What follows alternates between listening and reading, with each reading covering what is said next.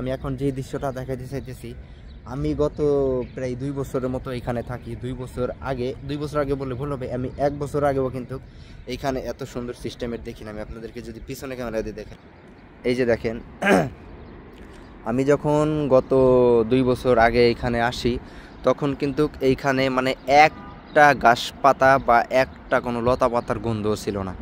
ধুধু মরুভূমি আর ধুধু মরুভূমি ছিল।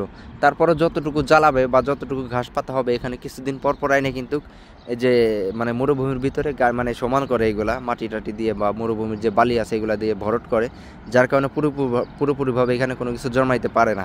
তা যাই হোক, এই যে দেখতেছেন গাছগুলোর চেহারা, আপনি কি একবার চিন্তা করতে পারেন যে একটা মরুভূমির দেশে এত সুন্দর ঘাস পাতা এখানে থাকতে পারে? এই যে দেখেন নিচে আমাদের বাংলাদেশের মতো খাতখন্দার ভিতরে যেমন আসলে ঘাস পাতা জন্মায়, এখানে মানে আপনি কয়েক হাজার মিটার নিচে গেলেও কিন্তু এখানে পানি পাবেন না। তারপরও দেখেন কি সুন্দর গাছগাছালিগুলো বেঁচে আছে, কি সুন্দরভাবে মানে আপনার লতা পাতা ঘাস পাতাগুলো বেঁচে আছে। এটা আসলে একমাত্র আল্লাহ তাআলার কুদরতীয় খেলা ছাড়া আমি মনে করি না এখানে আর কোনো কিছু আছে। তারপর আবার আমাদের বিশ্বনবী হযরত মুহাম্মদ সাল্লাল্লাহু আলাইহি সাল্লাম এগুলোর প্রতি ভবিষ্যৎবাণী করে গেছেন যে কিয়ামতের আগে সৌদি আরবে গাছগাছালিতে সবুজ আকৃতি হয়ে যাবে। এই যে দেখেন, এই যে এত সুন্দর ফুল এইখানে জন্মাইছে, এই যে দেখেন, এই যে কত সুন্দর ফুল এইখানে জন্মাইছে, এই যে অনেক সুন্দর সুন্দর ফুল এখানে জন্মাইছে। এগুলা দিয়ে ভাবা যায় যে এগুলো আসলে মরুভূমির দেশে। এই যে দেখেন সামনের যে গাছগুলা।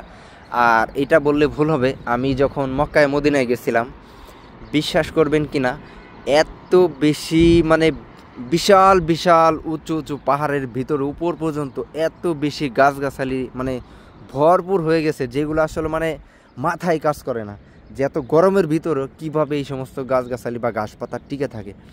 আমি আসলে এখন ওখানে থাকলে আপনাদেরকে ভিডিও করে দেখাইতাম।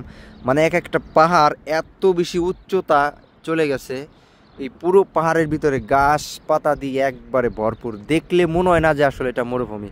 এখানে অনেক মানুষ আসলে ভবনে আসে, বেশিরভাগই দেখা যায় যে সৌদি আরবিয়ানরা যারা আছে তারা আসলে ভবনে চলে আসে। তা যাই হোক, এই ছোট্ট একটা বিষয় আপনাদেরকে জানানোর প্রয়োজন মনে করলাম, যে এটা আপনাদেরকে আসলে জানানো প্রয়োজন। এখানে আমি যদি আরও জুম করে দেখাই, প্রচুর পরিমাণ গাছগাছালি সৌদি আরবের রাস্তার আনাচে কানাচে বর্তমানে দেখা যায়। তা যাই হোক, সবাই ভালো থাকবেন, সুস্থ থাকবেন। এই সামান্য একটা বিষয় আপনাদেরকে জানাইলাম বা তুলে ধরলাম।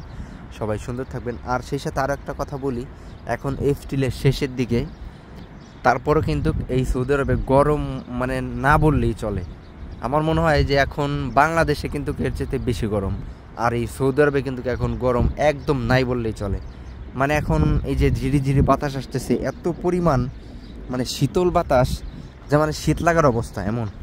তা যাই হোক, সবাই ভালো থাকবেন, সুস্থ থাকবেন। আসসালামু আলাইকুম।